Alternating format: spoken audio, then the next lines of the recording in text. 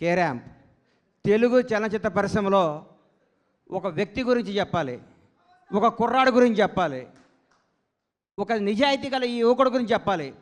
ఒక చిన్న కుటుంబంలో పుట్టిన ఈ కిరణ్ రెడ్డి అబ్బవరం అనే ఈ అబ్బాయి కష్టపడి తన కళలో కానీ బాంచేత నేను సినిమా ఇండస్ట్రీకి పోవాలి, హీరో కావాలని ఒక సంకల్పంతో ఒక అత్యంత మిడిల్ క్లాస్ కుటుంబం నుంచి వచ్చి రాయచోట అనే ఊరు నుంచి వచ్చి బెంగళూరు వెళ్ళి జాబ్ చేసుకుంటూ తన కలగని ఈరోజు అందరికీ యూత్కి చెప్తున్నా, మీ మనసుకు ఏది నచ్చితే అది చేయండి.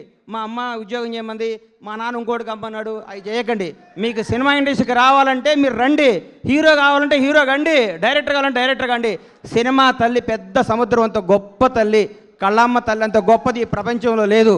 ఇంకొకటి చెప్తున్నా, కళ్ళమ్మ తల్లిని నిజాయితీగా నమ్ముకున్నాడు ఎవడు చెడిపోయినట్టు దాఖలాలు లేవు. ఒక్క సినిమా హిట్ అవ్వగానే వాట్సాప్ ఏం కావాలి ఏంటి అని మాట్లాడి అర్ధరాత్రి కూడా కళ్ళద్దాలు పెట్టుకొని కాలు మీద కాలేసుకొచ్చాను. ఈ రోజుల్లో హిట్ మీద హిట్ కొడుతూ మన ఇంట్లో కుర్రాళ్ళలాగా, నా కొడుకులాగా, నా తమ్ముళ్ళలాగా ప్రతి ఇంట్లో కిరణ్ అబ్బవరం లాంటి కుర్రాడు ఉండాలి. Without background, without front round, ఏ రౌండ్ లేకుండా ఇండస్ట్రీని రౌండ్ వేయడానికి వచ్చిన కిరణ్ అబ్బవరాన్ని మనస్ఫూర్తిగా ఆశీర్వదిస్తున్నాను, ఆనందిస్తున్నాను. ఒకసారి రా తమ్ముడు, ఒకసారి రా.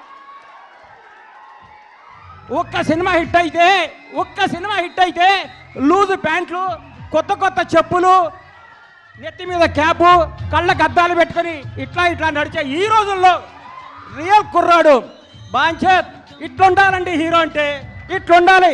నిన్ను చూస్తుంటే చిరంజీవి గారు గుర్తొస్తున్నారు నాకు. చిరంజీవి గారు స్టార్టింగ్ రోజుల్లో గుర్తొస్తున్నాడు. 150 సినిమాలు చేసి కూడా రేపో మాపో భారతరత్న అందుకోబోతున్న చిరంజీవి గారు కూడా ఈ రోజు కూడా గ్రౌండ్ మీద ఉంటాడంటే నీలాంటి వాళ్ళు ఇన్స్పిరేషన్ తీసుకో చిరంజీవి గారిని. నేను చూస్తే ముచ్చటేసిందమ్మా. I love you so much Kiran Abbavaram.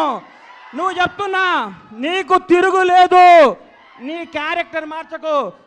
నీ సినిమా, నీ యాక్టింగ్, నీ స్టైల్ అంతా స్క్రీన్ మీద, ఆన్ స్క్రీన్ ఇట్లాగే ఉండాలమ్మా. చిరిగిన ప్యాంట్ వేసుకోను, లాగేసుకోను, నీకు వాట్సాప్ కుదరదు. వాస్తవాన్ని దగ్గర ఉండాలి.